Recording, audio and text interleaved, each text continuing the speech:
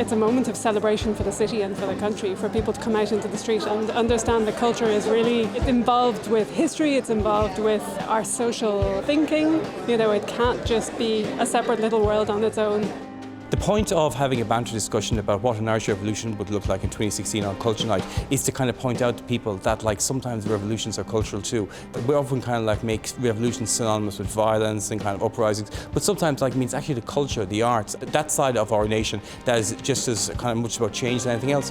One thing that could actually address the issue with young males committing suicide is actually feminism. They're under this mistaken belief that they must be good enough to provide for a woman. Is progress something as simple as reminding yourself not to judge someone because of an accent or an ethnicity or a background or whatever? Is it something as simple as that?